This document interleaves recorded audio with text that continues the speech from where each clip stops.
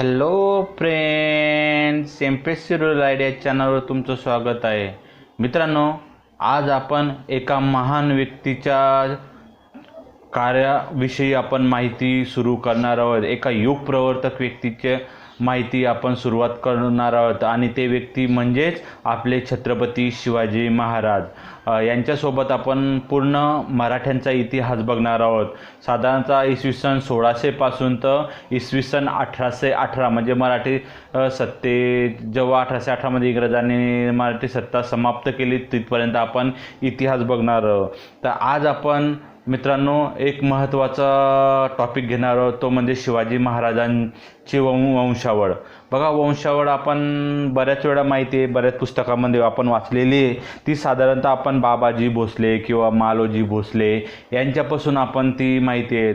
आज मी तुम्हाला सिसोदिया वंशापासून भोसले वंश कसा निर्माण झाला आणि शिवाजी महाराजांची महाराज कोणत्या वंशात कुठला मूळ पुरुष होता हे पण सांगणार आहे. चला तर मित्रांनो, आपण व्हिडिओला सुरू करू. जर तुम्ही अजून चॅनलला सबस्क्राईब केलं नसेल तर चॅनलला सबस्क्राईब करा मित्रांनो, आणि या व्हिडिओला एवढं शेअर करा की अख्ख्या महाराष्ट्रामध्ये खेड्यातील प्रत्येक विद्यार्थ्याकडे हे शिवाजी महाराजांची जी वंशावळ आहे ती त्यांच्या तोंडी पाठ असली पाहिजे. एवढं शेअर करा.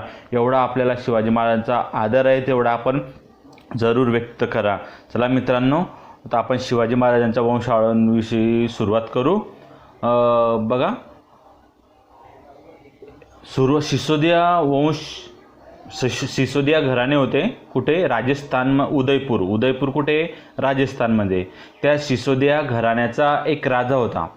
त्या राजाचं नाव होतं लक्ष्मणसिंह. बघा, स्टोरी ऐका. मी एक स्टोरी टाईपच तुम्हाला सांगेल. मी फक्त नुसतं वाचून दाखवणार नाही, तर स्टोरी टाईपमध्येच तुम्हाला हे वंशावळ सांगेल. एक राजा होता सिसोदिया घराण्याचा की जो उदयपूर येथे होता, आणि उदयपूर राजस्थानमध्ये. ह्या लक्ष्मणसिंहांना 8 मुले होती. किती मुले होते? 8 मुले होती. तर अलाउद्दीन खिलजीने काय केलं? लक्ष्मणसिंह यांच्यावर आक्रमण केलं.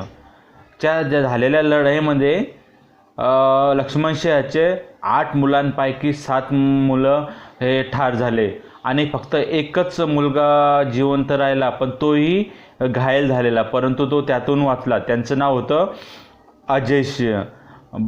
अजयसिंह. बघा, अजयसिंहला 2 मुलं, एक सज्जनसिंह आणि एक क्षेमसिंह.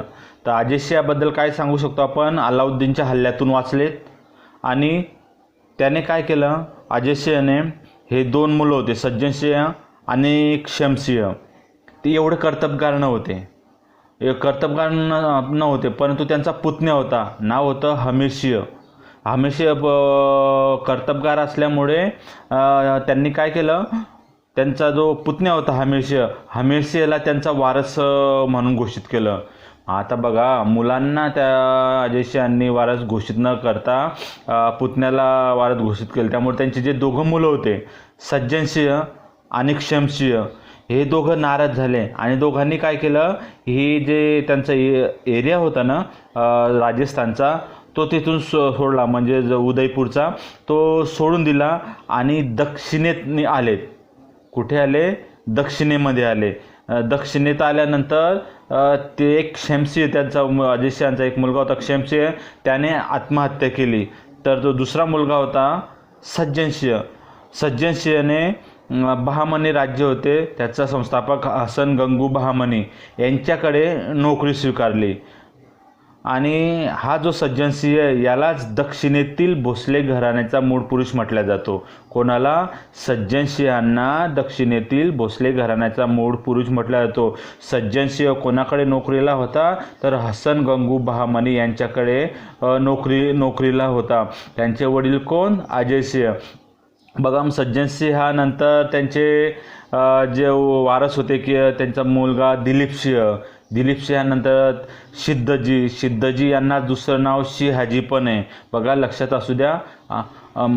त्याच्यानंतर सिद्धजींचा मुलगा भोसाजी. कोण? भोसाजी. ह्या भोसाजीकडे काय केलं? हसन गंगू बहामनी सम्राट ज्याचा जो राजा होता त्यांनी काय सांगितलं? त्यांच्यावर सागर किल्ला जिंकायची जबाबदारी स्वीकारली. आणि ह्या भोसाजींनी काय केलं? एक एकट्याच्या सामर्थ्यावर म्हणजे एकट्याने तो किल्ला जिंकला.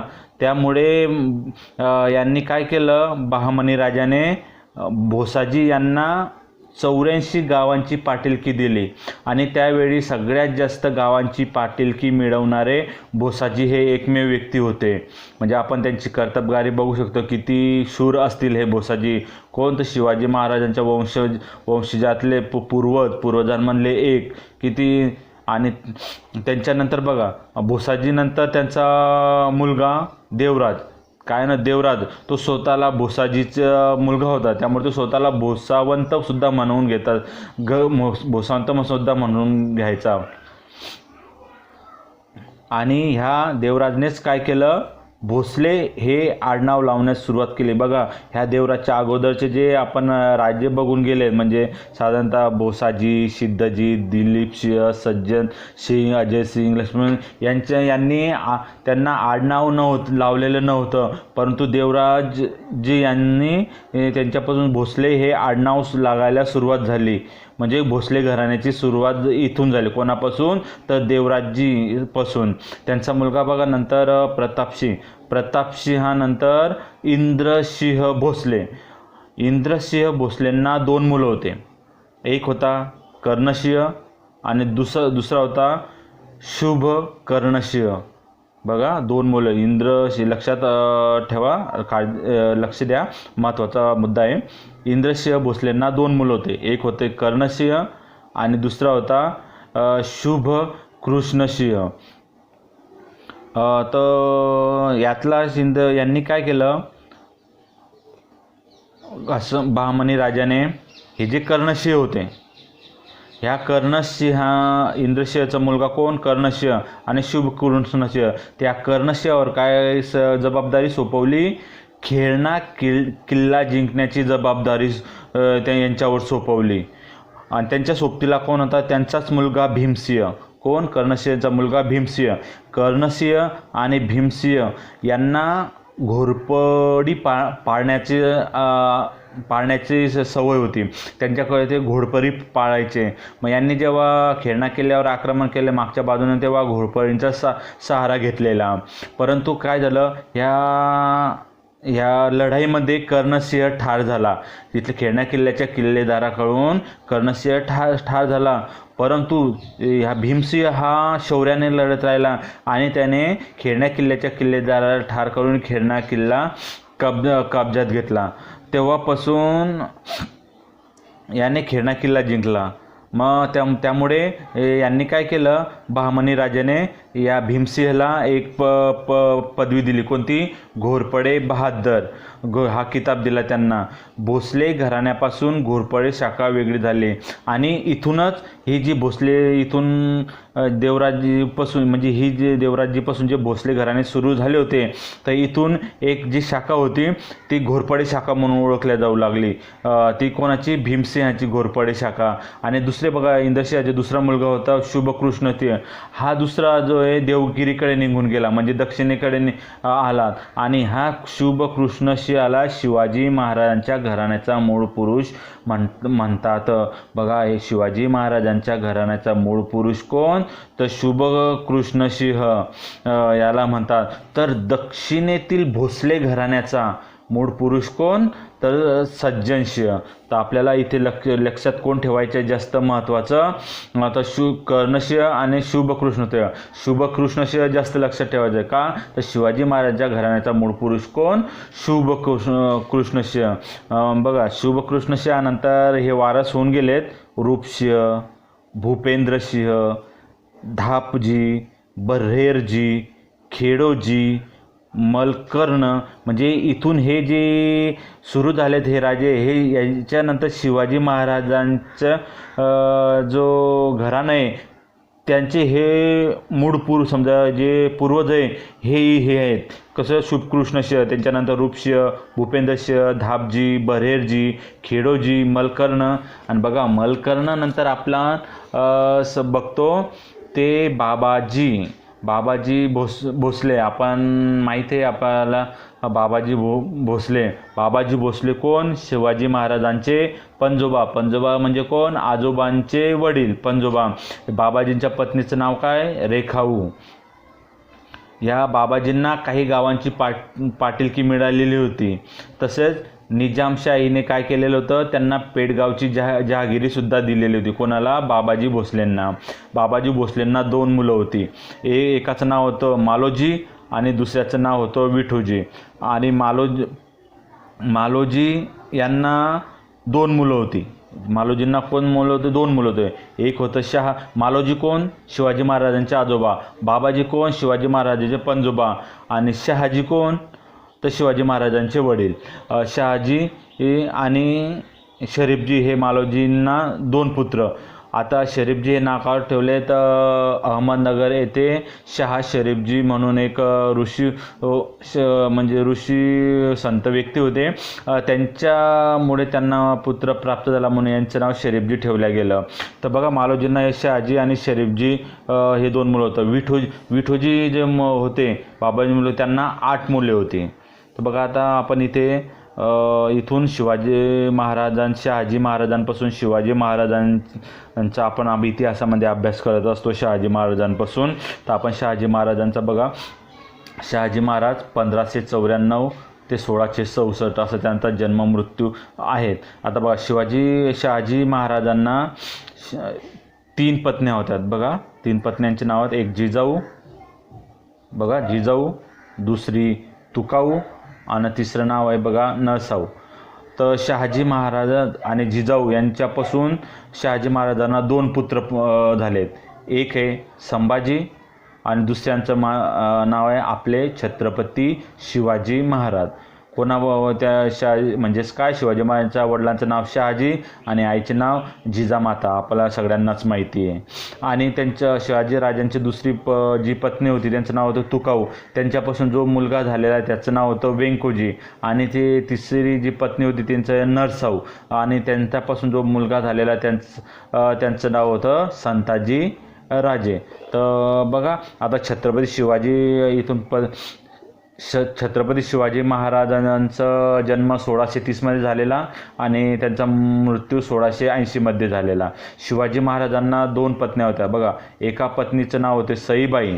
तर सईबाईपासून त्यांना बघा छत्रपती संभाजी महाराज हा पुत्र झालेला. शिवाजी महाराजांना पत्नी सईबाईपासून कोणता पुत्र झाला? छत्रपती संभाजी महाराज. म्हणजे संभाजी महाराज कोणाची मुलगा होता? तर सईबाई आणि शिवाजी महाराजांचा. तर शिवाजी महाराजांच्या दुसऱ्या पत्नीचे नाव आहे सोयराबाई. आणि शिवाजी महाराज आणि सोयराबाई यांच्यापासून जो पुत्र झाला तो होता त्यांचं नाव होतं छत्रपती राजाराम महाराज. बघा छत्रपती संभाजी राजांनी जी पत्नी होती त्या येसूबाई यांच्यापासून छत्रपती शाहू हा मुलगा झाला.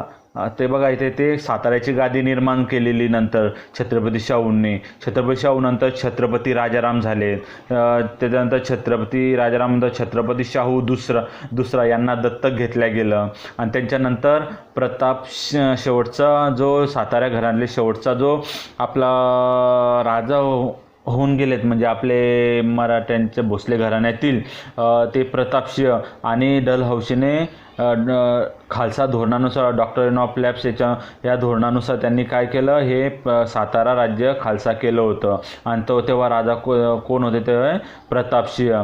तर इथे राजाराम महाराजांची ज्या पत्नी होत्या त्या होत्या 2 पत्नी होत्या त्यांना. एक होते ताराबाई आणि दुसरी पत्नी होती राजेशबाई. तर ताराबाई जो मुलगा झाला त्यांचं नाव होतं दुसरा शिवाजी. त्यानंतर दुसऱ्या शिवाजींपासून जो मुलगा झाला त्यांचं नाव होतं रामराजा.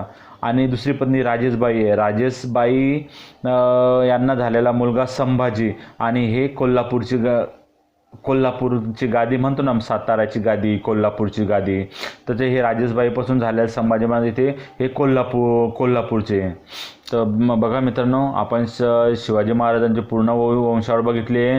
तुम्ही आपल्या अख्ख्या महाराष्ट्रामध्ये आपल्या प्रत्येक मित्राच्या, आपल्या प्रत्येक मराठी व्यक्तीकडे आपल्या शिवाजी महाराजांची माहिती असायला पाहिजे. तुम्ही जरूर शेअर करा मित्रांनो. पुढच्या व्हिडिओपासून आपण आता मराठ्यांच्या इतिहासाला सुरुवात करू. नमस्कार.